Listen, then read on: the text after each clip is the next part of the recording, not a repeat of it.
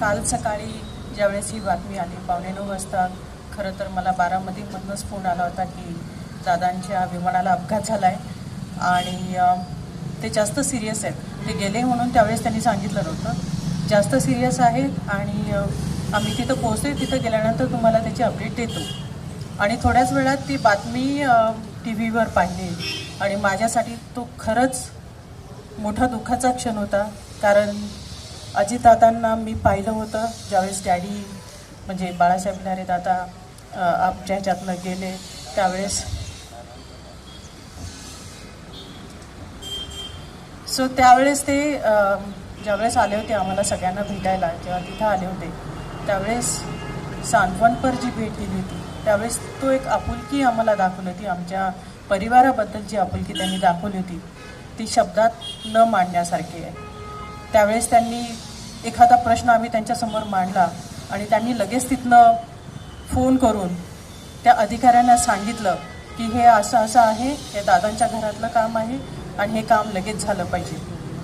अशा पद्धतीचे दादा होते. अनेक ठिकाणी मी आता जे रील्स पाहते किंवा टी व्हीवर बातम्या पाहते, प्रत्येक जणांचं एवढंच म्हणणं होतं की दादांचं काम करण्याची जी पद्धती होती ते सकाळी 6 वाजल्यापासून काम करायचे आणि व्यायाम, स्वच्छता हे जे त्यांच्यामध्ये गुण होते आणि ते कुठल्याही पक्षाचा व्यक्ती असो की कुठल्याही पक्षाचा माणूस असो, त्या व्यक्तीचं काम झालं पाहिजे हा त्यांचा आग्रह असायचा. आणि सगळ्यात महत्त्वाचं, जर ते काम होणार असेल तर ते होणार म्हणून सांगायचे, जर होणार नसेल तर ते कुणालाही एक्स्ट्रा असं सांगायचे नाही की हे काम होणार नाही आहे म्हणून, होईल म्हणून. त्यामुळं परखड व्यक्तिमत्व, कामाचा उरक त्यांचा, आणि हे सगळं आज आपल्यामधनं गेलं आहे. त्यांच्या परिवाराला आमच्या सर्वांच्या तर्फे, आपल्या पाचगणीतर्फे, भिलारतर्फे, आमच्या सर्वांतर्फे खूप खूप आदरांजली आणि त्यांच्या परिवाराला खूप शक्ती देव. धन्यवाद.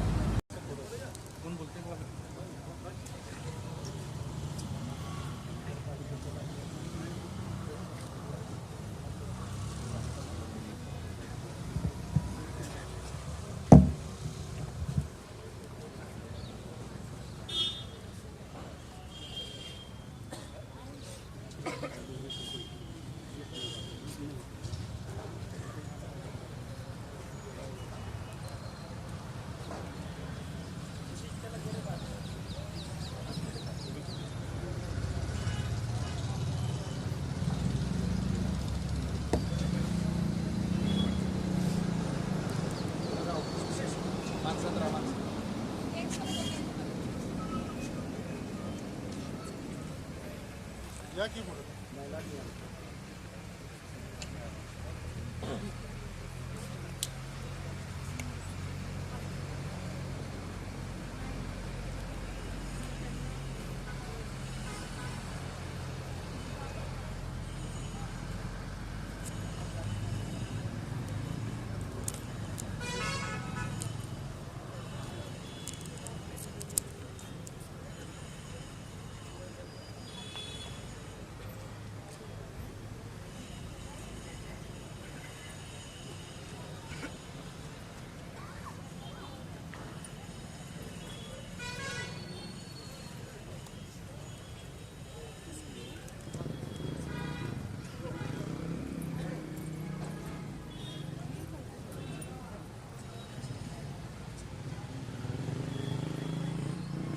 निधन झालेलं आहे आणि या निधनानिमित्त या ठिकाणी आदरांजली म्हणजे श्रद्धांजली आयोजित केलेली आहे. परिसरातील सर्व ग्रामस्थ या ठिकाणी, नगराध्यक्ष, नगर परिषदेचे सर्व सदस्य आदी माझी सर्व मंडळी या ठिकाणी उपस्थित आहे. मनुष्य किती जगला याला जास्त महत्त्व नाही आहे, परंतु त्याच्या जगण्या कुटुंब पोरकं होतं तसा हा महाराष्ट्र पोरका झालेला आहे.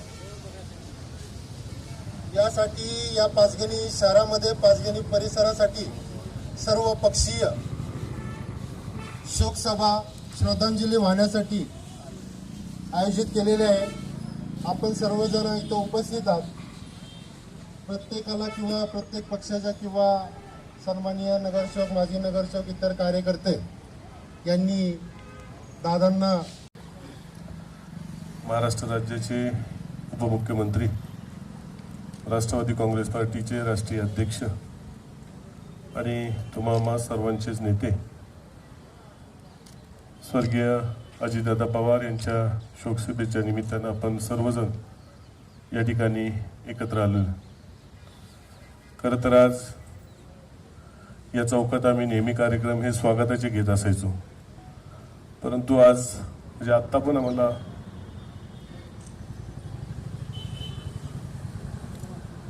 विश्वास बसत नाही की हा श्रद्धांजलीचा कार्यक्रम आहे का स्वागताचा कार्यक्रम आहे.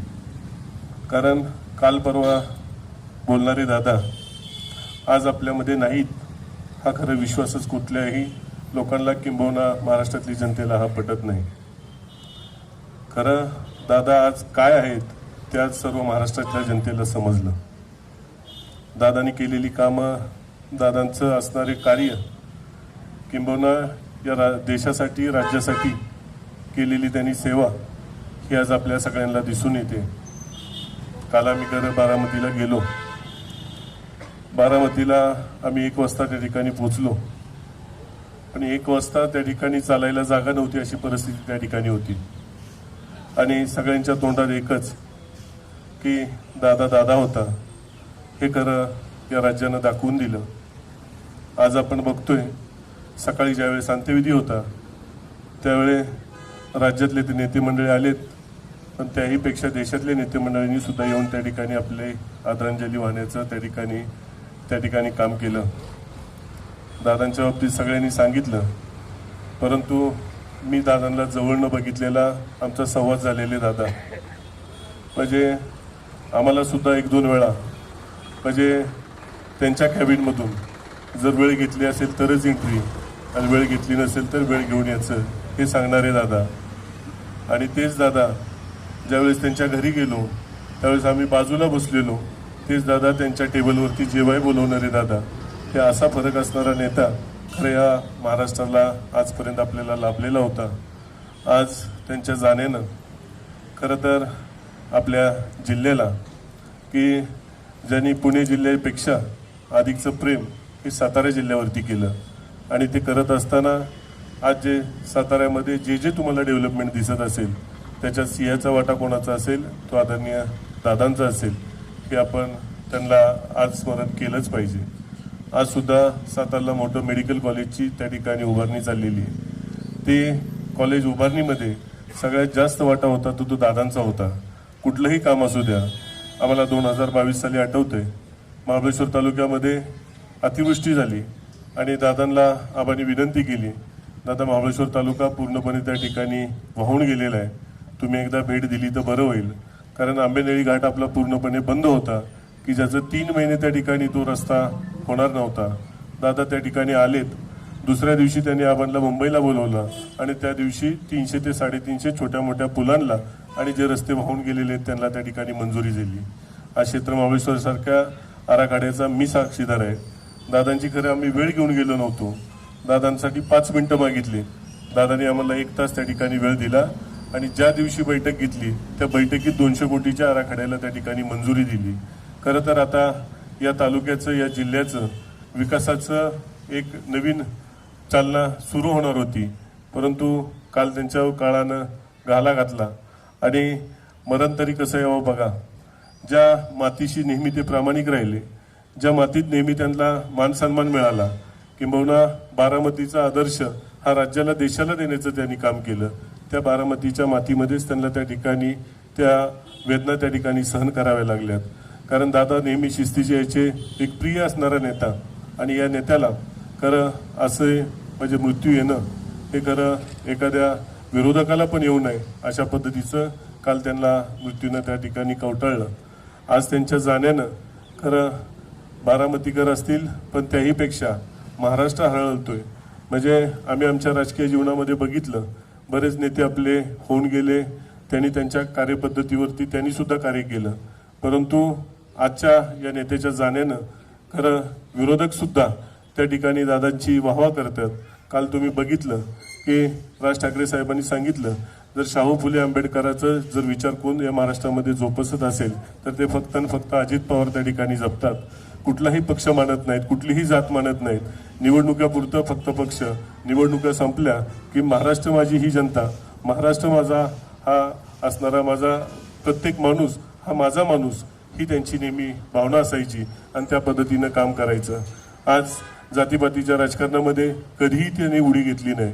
काल तुम्ही बघा, जरांगे पाटलांनी सुद्धा त्यांचं त्या ठिकाणी कौतुक केलं की जरी आम्ही आमचे काय वैचारिक मतभेद असले तरी त्यांनी कधीही आमची कधी पातळणा केली नाही. किंबहुना जे असेल ते स्पष्टपणे सांगायचे आणि त्या पद्धतीनंच त्यांचा कामाचा आवाका असायचा. आज आपण कितीही बोललं तरी हे न संपणार आहे, कारण त्यांची 40 वर्षाची कारकीर्द आपण 2 मिनिटांमध्ये आपण काही सांगू शकत नाही.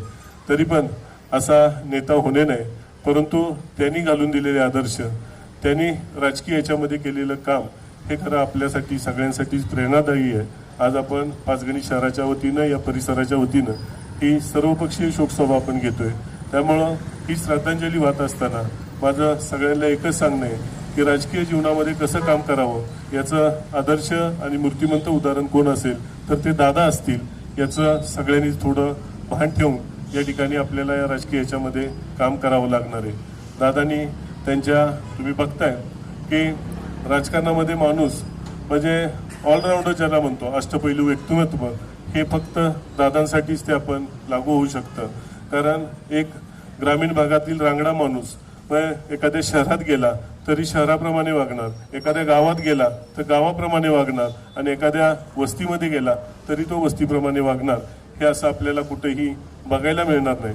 महाराष्ट्राच्या चांद्यापासून बांद्यापर्यंत प्रत्येक जिल्ह्यातला, प्रत्येक तालुक्यातला किंबहुना प्रमुख कार्यकर्त्याची ओळख असणारा, म्हणजे नावानिशी, म्हणजे आमची तर सहज 1-2 वेळा फक्त भेट झालेली, परंतु या वर्षभरामध्ये आम्हाला सुद्धा ते नावानं हाक मारू लागलेले. म्हणजे एकदा माणूस त्यांच्या जर नजरेत बसला तर त्या माणसाची शेवटपर्यंत ओळख ठेवण्याची ही त्यांची किमया ही कोणालाही जमणार नाही.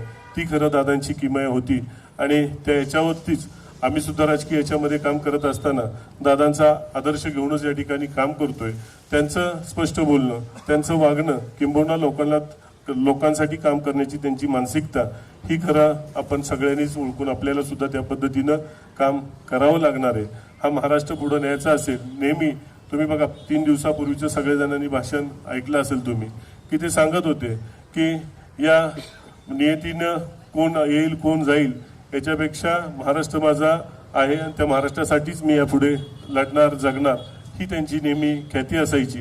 आणि ते आज आपल्यातून खरं निघून जात असताना आज दुपारी त्यांचा अंत्यविधी झाला, परंतु ते आपल्यापासून निघून गेले असं न म्हणता त्यांनी दिलेले आदर्श घालून आपण पुढं सगळेजणच जाऊया. या निमित्तानं मी आवर्जून सांगतो, आज त्यांच्या या शोकसभेच्या निमित्तानं आपण सर्वपक्षीयच या ठिकाणी आपण सगळेजण आलात, त्याबद्दल सगळ्यांचे मी या ठिकाणी मनापासून आभार मानतो. आणि आज त्यांना आपल्या पाचगणी शहर असेल,